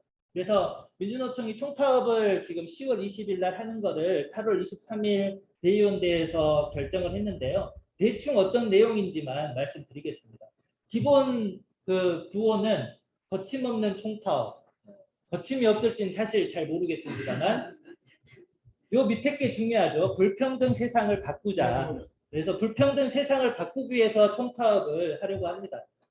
먼저 첫 번째 의제가 앞서 말씀드렸던 수많은 비정규직 문제, 노동법 문제를 해결을 하자라는 거예요. 비정규직을 양산하는 기간제 사용을 제한을 해야 된다. 그리고 상시지속 업무에 대해서는 너네가 약속한 것처럼 직접 고용해라. 파견법 하지 말아라. 엊그제도 뭐 기아차 화성 공장에서 비정규직 노동자들이 파업해가지고 공장이 멈췄다. 이런 얘기들이 있잖아요. 사실 그분들은 대법원에서 야 너네 정규직으로 바뀌어야 돼 하는데 회사가 안 하고 있는 거예요. 그런 것들을 하라는 거고요. 공공부문의 비정규직 노동자들 아까 제주도의 사례들처럼 그런 차별들 하지 말아라. 그리고 제주도의 약그 30%에 달하는 5인 미만 사업장 노동자들에게도 노동 그 근로기준법을 적용을 하라는 거죠. 그리고 뭐 아까 말씀드렸던 전세버스 그리고 그 택배, 화물 노동자들의 기본적인 그 노동기본권들을 보장을 해달라는 거고 제주에서 계속 발생되고 있는 중대재해들을 처벌할 수 있는 법들을 다시 한번 5인 미만 사업장에도 적용을 해달라는 거고요. 그리고 노동조합을 지금 복수노조 때문에 되게 복잡한 실정인데 그 복수노조 문제 해결해달라는 거. 지금 뭐 ILO에서도 지금 하라고 하고 있는 교원, 공무원 노동자들에 대한 정치기본법 그리고 파업권들을 보장을 해달라는 것입니다. 두 번째 의제로는 산업전환을 하면서 대화로서 풀자라는 것, 일자리를 국가에서 책임지라는 것이죠. 사실 뭐 이런 부분들은 앞에서 이제 많이 말씀을 드렸고요. 코로나19 때문에 해고되는 노동자들이 종종 지금 저희들에게도 상담은 들어오는데 사실 제주 지역은 아직 잘 모르겠어요. 다른 지역은 모르겠는데 다른 지역은 이제 제조업이나 이런 것들이 많다 보니까 피해가 좀 심각하긴 한 것 같더라고요. 그래서 이런 부분들에 있어서 해고 금지를 해달라는 거고 보건의료 노동자들 인력 그만 짜서 힘들게 하지 말고 인력을 대폭 확충하라. 그리고 뭐 아이들, 어른들 돌봄이 점점 요구되는데 이 사람들 비정규직으로 두지 말고 정부에서 책임져라라는 것이고요. 이제 마지막 의제는 주택, 의료, 교육, 돌봄, 공공성들을 강화하라는 것입니다. 사실 지금 부동산 가격이 그 어느 때보다 치솟고 있는데 제주 같은 경우도 너무나 치명적이죠. 제주도의 이제 자가 보급률이 한 56% 정도 된다라고 알고 있는데 이제 주택 보급률은 제가 알기로 102%를 넘었어요. 말 그대로 제주도민들이 다 그냥 들어가서 살 수 있는데 네. 누가 여러 채 갖고 있는 거죠. 그런 문제들을 국가적으로 좀 풀어달라는 겁니다. 그리고 돌봄 노동에 대해서 좀 사회서비스원이나 이런 데서 명확히 좀 풀어달라는 거고 공공병상도 지금보다는 많이 높여달라는 것입니다. 제주도 같은 경우는 좀 지역의 특성상 공공병원이 다른 지역보다 비중이 많긴 하는데요. 그래도 제주는 어떻게 보면 지금 국제자유도시 뭐 그런 얘기들 하면서 국제공항이라는 관문이 있잖아요. 그렇게 되면 언제든지 감염병이라든지 각종 위험에 노출이 될 수 있기 때문에 그런 상황이 발생됐을 때 섬이라는 특수성상 자체적으로 해결할 수밖에 없습니다. 그렇기 때문에 그것을 민간병원에서 야 너네 병원 문 열어가지고 할 수 없잖아요. 공공병원을 활용해서 이런 부분들을 해결을 해야 된다라는 것이고요. 이제 뭐 대학 서열화 이런 것들 해결을 해야 된다라는 거고 이런 뭐 전쟁 국방 예산 이런 것들에 대해서 예산을 삭감해서 사회 전체적인 공공성을 높이는 요구들을 민주노총이 하려고 합니다. 그래서 사실 제주가 많이 바뀌긴 해야 될 것 같아요. 어떻게 보면 180도 바뀌어야 제주도민들이 조금 더 잘 살 수 있지 않을까. 그래서 저는 새로운 제주를 한번 꿈꿔보고요. 모든 노동자가 노동기본권이 실현되는 제주를 꿈꿔봅니다. 그래서 오늘 함께 줌에도 참여하고 계시고 함께 자리하신 우리 여기 계신 성원들께서도 민주노총과 함께 사회를 바꿔 나갔으면 합니다. 이상입니다. 너무 오래 했네요. 아닙니다. 더 해도 되는데 원래 우리 강호진 여기 선생님이 너무 시간 아까워 항상 감사합니다. 아유 아닙니다. 예.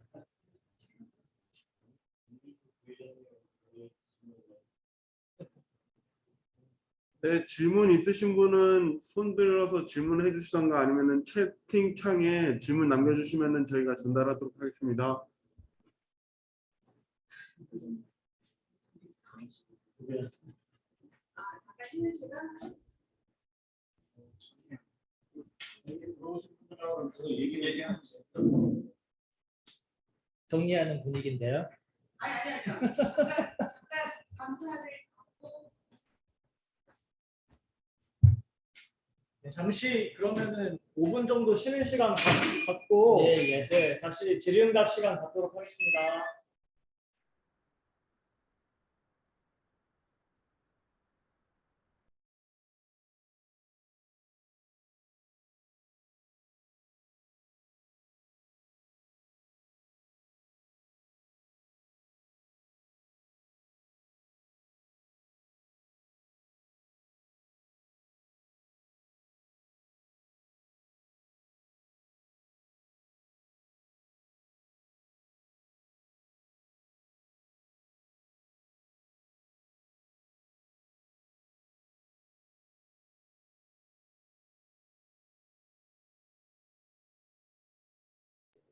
이제 또 왜 이거를 계층으로 나누려고 하냐 이런 문제들이 내부에서 있어가지고 근데 저는 사실 그 문제가 심각한 게 뭐냐면 제주 같은 경우는 고령화가 다른 지역보다 진짜 높거든요.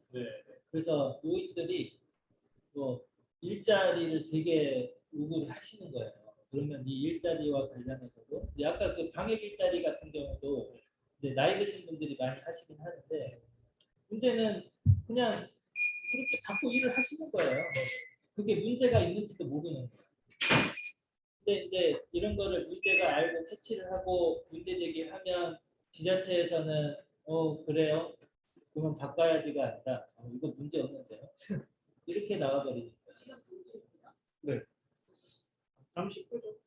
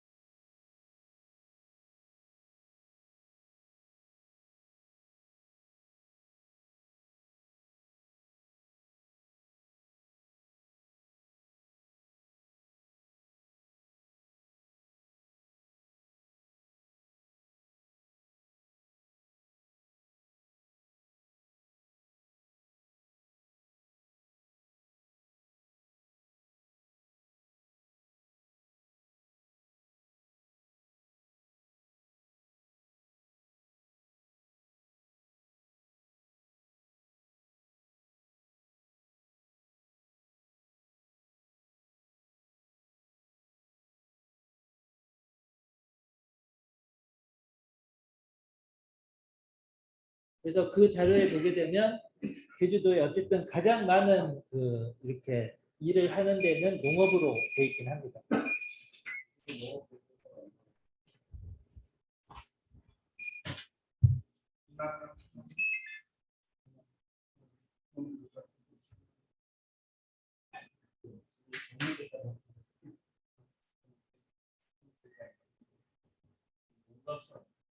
저희가 사실 그 가장 고민점 중에 하나가 뭐냐면 가끔 해고 투쟁들을 하고 그러잖아요. 근데 제주도가 특징적인 게 여기는 일을 하고 있고 또 따로 농사를 짓고 있는 게 또 있어요. 네, 그래서 그렇다 보니까 사실 해고에 대해서도 되게 요분이 그러면 나 여기 안 다녀도 그냥 농사 짓고 살지 뭐 이런 것들도 되게 많고 그래서 제가 제주에서 가장 그 문화적 충격이었던 게 다른 지역은 해고되면 할 수 있는 게 없기 때문에 이제 거기서 막 하잖아요. 근데 제주는 문화 자체가 다르더라고요. 그래서 사실 이것도 고민이긴 해요. 이 문제를 어떻게 풀 것인지.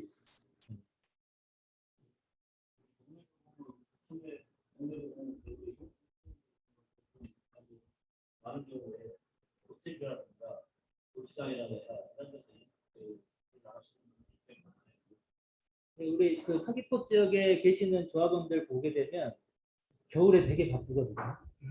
밑간밭을 다 하나씩은 하시는 거예요. 그래서 사실 좀 큰 경우는 지금 그 회사가 부업이고 요 밑간밭이 주업인 경우도 몇 분 계시고 근데 이런 것들 보면서 제주가 사실 전체적인 요 그런 농업 플러스 현재 일하고 있는 임금 수준을 만약에 나중에 통계를 매긴다면 전국에서 임금 수준 1위도 할 수 있다. 근데 이제 사실 이런 통계들 저는 내볼 필요는 있을 것 같아요. 농업을 하면서 다른 직장을 하는 경우 또는 농업을 전문으로만 하는 경우 농업법인을 하는 경우 뭐 이런 등등을 좀 분류화 시켜가지고 할 필요는 있을 것 같은데 그거를 할 수 있는 기관이 없는 거예요. 근데 이제 저는 이제 아까 말씀드렸던 그 저기 노동권익센터나 이런 데들에서 어느 정도 예산만 지어주게 된다면 할 수가 있는 거죠. 근데 보통 통계청이나 제주도는 필요에 의해서 자기들 고정적인 통계들을 내는데 사실 사회 전반을 살피기 위한 통계들은 잘 내려고 하지 않거든요. 그래서 이런 것도 우리가 주체적으로 좀 통계를 내 가지고 뭔가 해볼 수 있는 것들은 저는 필요하지 않을까 싶어요. 그래야지 이제 제주 산업이 어떻게 굴러가고 있고 좀 방향성이 어느 정도 나올 텐데 지금은 사실 되게 저는 통계청의 자료를 소개해드리긴 했지만 별로 신뢰하진 않습니다. 이게 농가소득에서 농업에서도 농업소득은 절반이 안 되는 거 농업에서도 이거 가지고 이제 농가소득이 3천 많이 단식적으로 농산한지에서 추가를 충전하는 비율이 25%예요. 나머지 99%는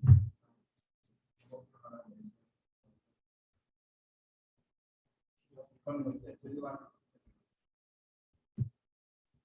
지금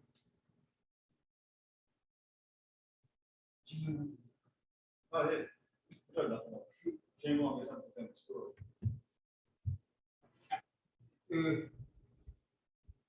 어쨌든 하나는 2017년에 이제 분양구 부양 때 원희경 선생하고 의령도 좀 진행이 되다가 안 됐잖아요. 네네. 그거에 대한 왜 진행이 안 되는 이유가 뭔지 네. 그게 물론 이제 조정 자체의 의미 문제도 있을 수가 있지만 민주팀에서 접근해서는 또 어떤 문제가 있었다라고 이렇게 자체적으로 판단을 하는. 예.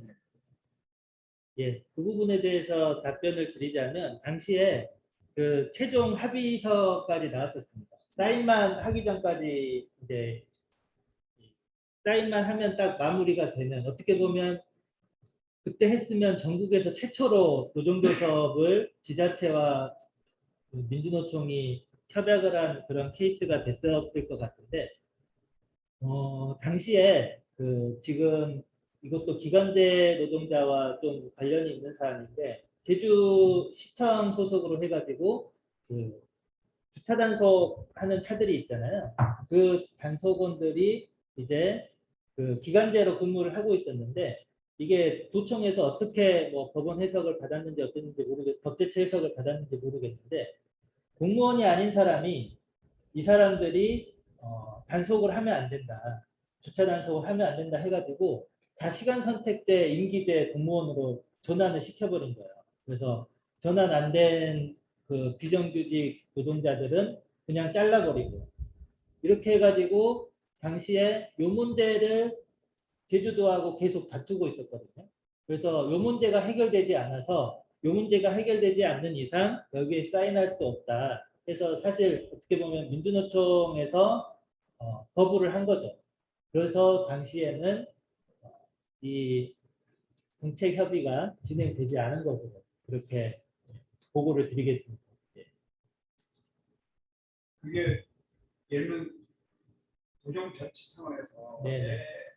예를 들면 그런 계기로 해서 그걸 오리로 해서 이걸 안 하려고 해서 그거 판단하는 건지 아니면 위원이 등장하는 건지. 그렇죠. 우연히 등장을 한 거죠. 사실 요게 없었다고 하면 그냥 쉽게 사인을 했었을 텐데, 그때 나는 그 사인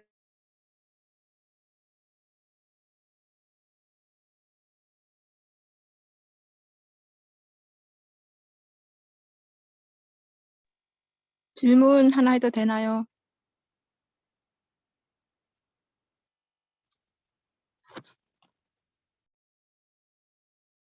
소리가 안 들리는구나.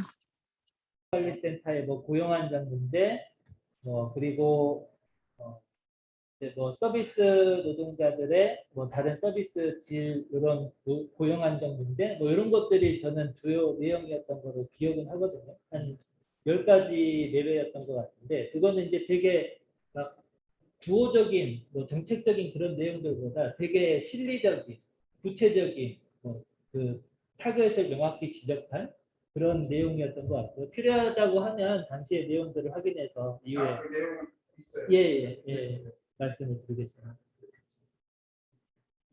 네, 김정임님 질문해 주세요. 농사 안 짓고 뭐 하세요? 아, 지금 오이줄 매달고 있어요. 날도 밭에서 하우스 농사 짓고 있는데 엄청 더워요.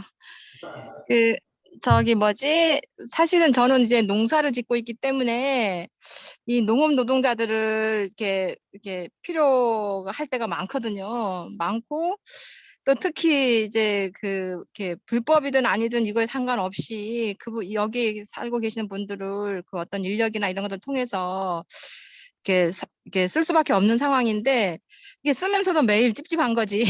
근데 그런 경우가 농촌에 지금 너무나 허다한 상황이어서 저는 이 불법 노동자라고 하는 말을 좀 바꿔야 되지 않을까 하는 생각 속에서 이렇게 어디지? 그 스페인을 가보니까 이제 거기서 제일 뭐지?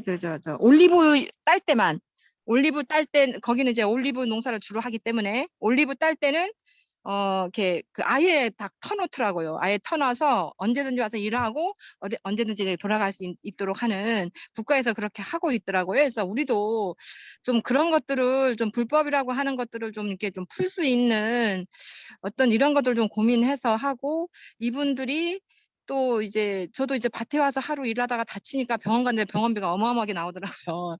그래서 이런 것들을 좀 해소할 수 있는 방법을 민주노총에서는 좀 고민을 해본 적이 있는지, 아니면 어떻게 좀 같이들 좀 고민할 수 있는 방법들은 없는지 좀 묻고 싶어요. 예, 저희도 이제 얼마 전에 이주 노동자 문제를 좀 어떻게 하면 지역에서 해결할 수 있을까 해서 이주 노동자 노동단체들이 있습니다. 이주 노조 위원장 우다야야이 이주 노조 위원장님도 이제 초청해가지고 강연을 듣고, 그리고 이제 제주에서는 나오미 센터라고 천주교 인권위원회 쪽에서 이주 노동자들을, 이주민들을 지원하는 그 지원 단체가 있는데요. 거기서 이제 계속적으로 활동하고 계시는 센터장님도 뵙고 해서 얘기를 좀 나눈 게 있고요. 이제 일단 저희는 불법 체류나 불법 이런 단어들은 좀 지양을 해야 된다고 해서 등록이 돼 있냐 등록이 돼 있지 않느냐 해서 등록 미등록, 그래서 미등록 이주노동자 보통 이렇게 부르거든요. 그래서 이제 이런 단어들이 좀 사회 전반에 같이 쓰여지게끔 함께 해주시면 좋을 것 같고요. 그리고 이제 좀 뭐 기술적으로 당시에 많은 얘기를 나누지 못했지만 얘기를 했던 게 지금 뭐 취업 비자, 그리고 이제 뭐 관광 비자, 그리고 뭐 유학 관련한 등등 비자 등등 해가지고 이게 취업 비자가 없으면 나머지는 사실 다 이 일을 할 때 이 소위 말하는 불법으로 이제 되게 되는데, 그래서 당시에 이거는 이제 법적으로 문제가 풀려야 되는데, 그러면 차라리 제주만 한정적으로 해서 제주 비자를 따로 하자. 그래서 제주 비자를 가지고 있는 사람들은 제주 지역 어디서든지 일을 할 수 있도록. 그런데 이제 이거 같은 경우는 사실상 법무부에서 풀진 않을 것 같아요. 그래서 기술적으로 어렵겠지만 이게 비자 문제가 해소되지 않고서, 법적으로 해소되지 않고서는 등록 미등록 문제는 계속적으로 남아 있을 수밖에 없고요. 근데 이제 어쨌든 가장 중요한 것은 저희가 이분들의 병원비나 기본적인 인권적인 부분들이 해결하기 위해서는 정책적으로 이제 제주에서도 뭐 예산 편성이라든지 그런 부분들이 저는 필요하지 않을까 싶고요. 이게 단순히 어느 기관이 나선다고 해서 될 수 있는 문제는 아니고, 사실 이게 이주노동자 문제 같은 경우는 국가적인 정책이 좀 수반이 돼야 되는 그런 상황이라서 계속 좀 민주노총에서는 관련해서 요구들을 하고 있습니다. 예, 이상입니다. 용어가 미등록 노동자라고 합니다. 예. 미등록 이주노동자. 그래서 이제 불법 체류라고 보통 이제 언론에서도 많이 하는데, 저희들은 이제 미등록 이주 노동자라고 이렇게 해주시면 이제 이제 않을까 싶어요. 언론에서 광범위하게 불법으로 몰아가니까 사실 그분들이 불법은 아니거든요.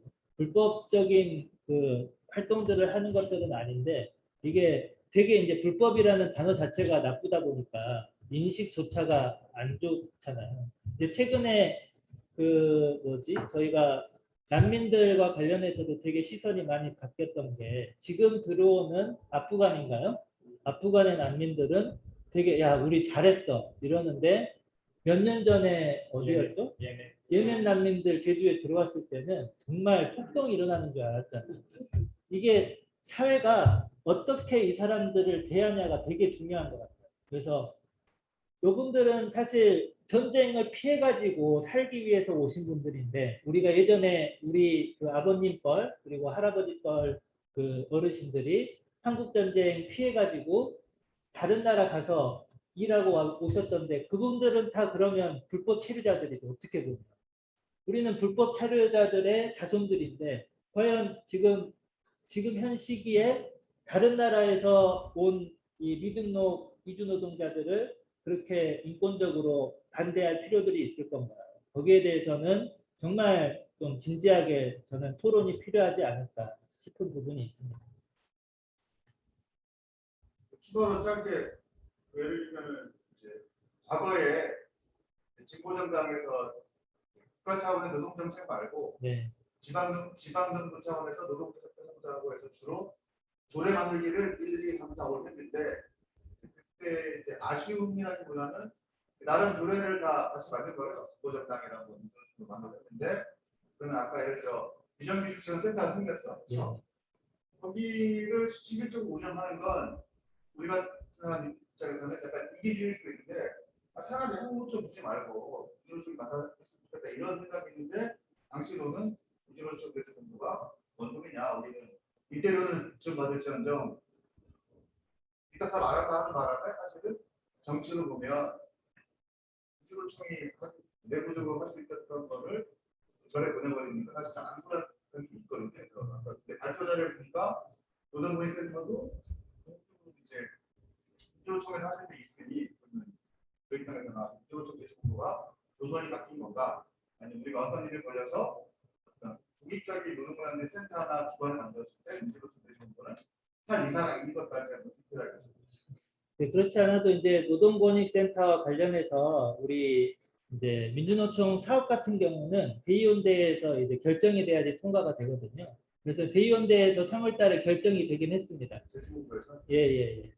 결정이 됐고 노동권익센터를 추진하는 것으로 얘기가 됐고요. 그런데 변하지 않는 사실, 총연맹에서 변하지 않는 사실은 각 지역본부에서는 이 지자체에서 위탁하는 여러 가지 시설들은 엄격히 위탁을 하지 않는 것으로 되어 있습니다. 그런데 이제 각 지역본부들은 현실들이 다 다르죠. 지역에서 해야 되는 사업들이 있고 또 풀어야 될 사업들이 있기 때문에 지역마다 판단을 해가지고 노동자 작업복 세탁소를 위탁해서 받는 데들도 있고 비정규직 지원센터를 받는 데들도 있고 저렇게 노동권익센터들은 이제 많이 받고 이제 쉼터 같은 경우도 사실 우리 지금 서비스연맹 제주 본부에서 받고 있거든요. 어떻게 보면 민주노총 사업장이죠. 그런데 다 하고 있다라는 거죠. 그래서 지금 총연맹 중집에서도 이거 현실화해야 되는 거 아니냐. 언제까지 계속 그런 원칙적인 얘기들로만 방치를 하고 있을 거냐. 아예 안 할 거면 모두 다 거부하든지 이 부분들을 지자체별로 지역별로 특성을 인정하고 이해해달라고 하든지 해서 지금 거기에 대한 논의들이 있는데요. 아직 뭐 구체적으로 결정은 되지 않았습니다만 민주노총 제주본부는 노동권익센터, 작업복 세탁소 등등을 위탁 운영 방식이든 아니면 따로 법인을 설립을 하든지 해가지고라도 지금 하겠다라는 게 고민 지점 중에 하나입니다. 열심히 제대로 만들면 되겠네요. 네. 전성님 소리 켜고 질문해 주세요. 네, 그 뭐 강의 잘 들었고요. 그 노동 관련해서 제주도의 그 통계를 보면서 굉장히 좀 처참하다. 굉장히 좀 마음도 무겁고 야, 엄청 걱정스러운데 사실 노동이 있어야 그 사회가 이렇게 잘 돌아가는 거잖아요. 그 노동에서 뭐 문화가 되고 뭐 경제도 바탕이 되고 그런데 제주도는 문제가 참 심각한 것 같은데요. 근데 그 제가 생각하기에 그러니까 산업 구조가 너무 취약해서 이게 일자리 그 창출 이런 노력들이 많이 필요할 것 같은데 그 제주도에서 한 10년 전 콜센터를 되게 많이 유치를 했었잖아요. 그래서 뭐 콜센터 해가지고 아까 기사를 찾아보니까 뭐 877개 일자리 창출 이게 한 2011년도 이때 기사더라고요. 근데 그 이후에 보면은 콜센터들이 어떻게 됐는지 그거를 잘 모르겠어요. 그래서 아까 좀 찾아보니까 제주항공 콜센터가 있었는데 그거를 폐쇄했다. 그래서 제주항공이 뭐 이름만 제주로 해가지고 돈 벌어먹고 여기서 이렇게 육지로 가버린 것 같은데 그러니까 이런 일들이 제주도에 굉장히 많은 것 같은데요. 뭐 첨단과학기술단지에 있는 다음 카카오 여기도 그, 그 직원들이 꽤 있었는데 전에 그러니까 제가 왔다 갔다 하면서 보니까 한 10년 전, 한 5년 전까지도 직원들이 꽤 있었는데 지금은 거의 없어요. 거의 뭐 차가 없고 그러니까 첨단 과학 기술 단지가 거의 그 사람들이 아무도 없는 그 분양만 완료된 과학 기술 단지인데 일자리가 없는 것 같아요. 거기는.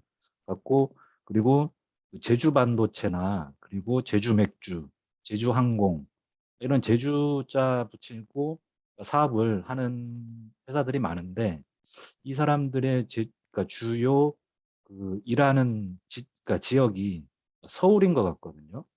그러니까 제주 항공 같은 경우에는 그러니까 본사가 제주도에 있나요? 제주도에 있는 것 같고 대부분 직원들이 다 서울에 있고 콜센터 자체도 폐쇄를 해버렸고 그러니까 제주 반도체는 제가 알아보니까 한 2006년도인가 네, 그러니까 정부 정책으로 해서 지역으로 와가지고 의욕적으로 해보려고 했는데 어떻게 좀 그러니까 반도체를 제주도에서 하는 거는 좀뭐 무리가 있었나 해서 그 육지로 갔는데 이름은 또 제주 반도체로 바꿔가지고 제주하고는 계속 그 연관 관계를 계속 이어가는 것 같더라고요. 기사를 찾아보면 제주 출신도 채용을 하겠다. 근데 여기도 보면은 판교에 있고 그래서 다 제주로 올라가고 그러니까 제주 맥주도 이제 그러니까 공장을 증설을 하는데 제주도에 있는 공장으로 하는 게 아니고 청주에서. 그러니까 제주도는 그냥 그 이름만 제주 맥주고, 그러니까 주세 관련해서 제주도에서 혜택을 많이 받는 것 같더라고요. 그런 상태에서 어떤 한계가 있는지 이제 그 공장 증설은 청주에서 하는 걸로 이렇게 돼 있어요. 그래서 그 회사들이 보면 이게 제주도를 기피하나, 그러니까 제주도 노동 시장에서 어떤 큰 문제점이 있나 이런 거가 좀 궁금하고, 그리고 콜센터 관련해서 콜센터는 좀 활성화를, 그러니까 기왕에 제주도 차원에서 활성화를 시켰으니까 끝이 어떻게 됐는지 이런 것도 좀 궁금하고요. 이런 게 좀 궁금합니다. 네, 그 콜센터와 관련해서는 이제 제주항공 같은 경우 이제 저희 노동조합도 있었어요. 콜센터 노조가 있었는데 그 파악하신 대로 없어졌습니다. 그래서 이제 지역의 콜센터 같은 경우는 사실 거의 없다고 보시면 되고요. 이제 콜센터는 뭐 광주 그리고 이제 서울에 뭐 이 디지털 센터 몇 곳 그리고 이제 심지어는 뭐 건강보험 콜센터조차도 제주에는 지사는 있지만 제주에도 없거든요. 그래서 대부분의 이제 그 좀 큰 콜센터들은 다 육지에 있는 그런 상황이라서 제주에서는 운영되지 않고 있고, 아까 다음 뭐 얘기 말씀을 하셨는데 저기 넥센 같은 경우도 지금 저기 노영의 네오플 게임 개발 업체 있긴 있는데 거기도 이제 거기 노동자들이 하시는 얘기가 계속 회사 이전 얘기가 나온다는 거예요.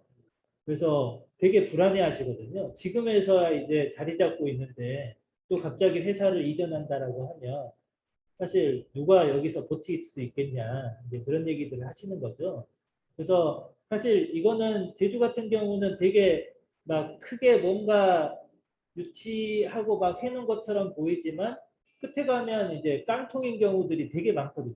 그래서 이거는 뭐 정책적으로 좀 처음 들어오게 되면 들어올 때 무조건 여기서 해야 된다라든지 뭐 그런 독소 조항이라도 저는 달아놔야 되는 게 아니냐라는 생각들을 해보는 거고요. 이제 제주 맥주 같은 경우도 사실 되게 의외네요. 그거는 이제 얼마 전에 다음에 좀 좋은 기사들도 나와가지고 한번 가보니까 제주 맥주는 그랬는데. 원산 제주도가 아니에요. 예, 제주 맥주는 사실 그 위탁 OEM 생산일 거예요. 그래서 제주 맥주가 제주도에서 공장을 이렇게 생산을 늘릴 수도 있는데 이런 채용해서, 근데 청주에 있는 롯데칠성에 OEM으로 위탁을 주는 거죠. 그러니까 이런 선택이, 그러니까 뭐 제가 회사는 그렇게 선택을 할 수 있지만 내용들은 뭐 말씀은 뭐 요 정도이지 않을까. 콜센터는 공공기관에서 120톤 운영하고 있는데 그 운영권은 도청인데 실제는 민간 입각돼서 KT 노동자 한 30명 정도 있고, 최근에는 탐나는 전 그것도 특이긴 한데 탐나는 전은 콜센터를 운영했는데 어쨌든 거기도 많지는 않지만 6명 정도 1년에 한 3억 정도 되는 대상에서 공공기관 관련된 거는 제가 알고 있는 것이고요.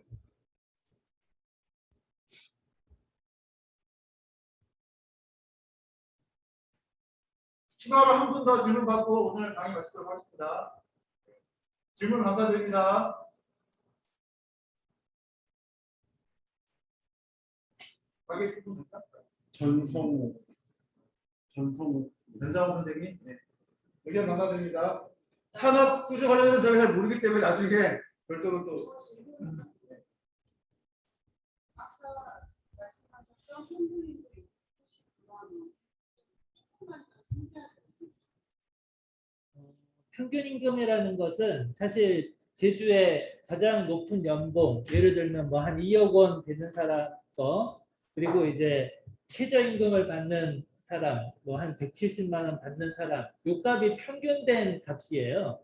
그렇기 때문에 사실 어떤 데이터가 정확히 맞는지 몰라요. 예를 들면 이게 170만 원 받으면 1년에 많이 받으면 뭐 한 2천만 원 이렇게 받는데 이게 한 10명의 노동자들이 더 있는 것처럼 풀려 보일 수 있는 거죠. 2억 받는 노동자들이 평균값에 들어가게 되면. 그래서 저는 이게 이제 전체적인 평균 임금, 그 지역의 평균 임금을 따지는 것은 사실 그렇게 큰 의미는 없다. 그래서 제가 산업 구조가 어떻게 돼 있는지 말씀을 드린 이유도 산업별로 임금 수준이 그만큼밖에 안 된다는 거예요. 서비스, 음식, 숙박업 자체가 한 뭐 다 합쳐봤자 시간의 근무까지 포함해봤자 11,000원밖에 되지 않는다는 거죠. 근데 이제 뭐 어디 우리 뭐 공공기관에 근무하는 노동자들은 그 이상의 금액들이 나오는 거죠. 시간적으로 봤을 때 한 2만 원 정도까지 이제 오래 다니시는 분들은 나올 텐데 그렇게 되면 사실 데이터까지 섞여가지고 제주가 만약에 어떤 큰 공장이 하나 딱 들어왔는데 거기서 한 100명 정도 일해요. 근데 전체적으로 임금 수준이 높아. 하지만 제주도의 다른 산업들은 변화가 없는 거잖아요. 근데 임금 수준이 높아지는 것처럼 보일 수 있거든요. 그래서 저는 앞으로 임금을 계산을 할 때는 그 지역의 그 산업별 구조가 어떻게 분포되어 있는지 먼저 파악을 한 다음에 그 값을 정확히 좀 계산할 필요들이 있겠다. 근데 뭐 통계청이나 제주도는 그렇게 하려고 하지 않아요. 왜 그러냐면 이거를 쓸 데가 없거든. 써봤자 요 산업들이 안 좋다라는 거를 드러내는 것밖에 안 되기 때문에 드러냈으면 그러면 여기다 지원을 해줘야 되겠네. 괜히 긁어부스럼을 하기 싫은 거죠. 하지만 저희들 같은 경우는 긁어부스럼을 해야 되기 때문에 그런 값들이 필요한 거죠. 그런데 저희는 돈이 없어서 연구를 할 수가 없는 그런 상황들이 있는 거죠. 그래서 이제 노동권익센터나 이런 데들은 공식적으로 이제 지자체나 정부의 예산을 받아서 그런 연구 사업들을 수행을 할 수 있기 때문에 좀 그런 노동권익센터들이 만들어지게 되면 그런 세부적인 연구들도 제주에 필요한 연구들도 해볼 수 있지 않을까 싶습니다. 이게 5인 미만 사업장에 사비보험 들어가는 거는 확률이 너무 거든요. 5인 미만 사업장이요? 그 4대 보험 안에 5인 미만 사업장에 사비보험 네, 그렇게 봐야 되는 거죠. 사비보험 안 들어갔습니다. 그렇게 안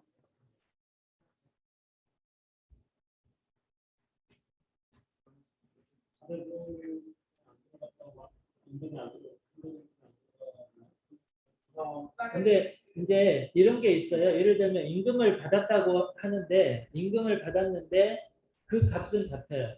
그 값은 잡히는데 건강보험이나 4대 보험은 가입을 안 하는 경우도 있어요. 네, 이런 경우도 있다라는 거예요. 그래서 이 값을 이거니까 똑같아 이게 아니라 그 값들을 다 따로따로 분석을 해봐야 되는 거예요. 통계청 자료들 같은 경우. 그래서 아까 이제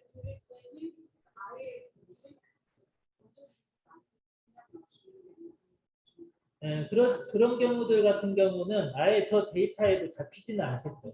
근데 원천 징수는 해요. 말 그대로 그 세금은 떼는데 이 4대 보험은 체납을 해. 업주가.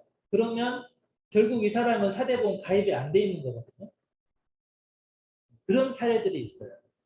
그래서 그렇기 때문에 사실 저 값들은 다 그 값들을 개별로 보고 다른 값들을 다 합쳐서 봐야지 이 값은 이게 이 현실적인 거구나 이렇게 나올 수가 있는 거죠. 근데 지금 통계청의 자료만 보고는 되게 이제 이 해석하는데 한계점들이 있기 때문에 자체적인 우리 해석 권한이 필요하다는 거고 나중에 저는 그런 것도 해보면 좋을 것 같아요. 제주에 좀 정책적인 모임들이 있으면 제주의 각종 통계치를 다 모아놓고 이거를 분석을 한번 해보는 거예요. 그래서 우리가 그 통계치를 가지고 우리 제주의 값을 내보는 거죠. 통계청 자료를 활용한 제주 지역의 실질적인 통계 현황 이런 거를 한번 해보면 저는 좋지 않을까 싶은 고민들이 있습니다. 공부하십시오. 네. 추가로 없으시면은 온라인 참가자 중심으로 해서 한 15분 정도 오셨는데 안타깝게도 그중에 제가 월급 명사를 다 아는 관계로 평균 임금을 넘긴 사람이 3명밖에 없어요. 사장님들 잘 판단하셔가지고 참가자들의 평균 임금을 올려주시면 좋겠습니다. 고생해주신 우리 우상훈 목사님께 감사합니다. 고맙습니다.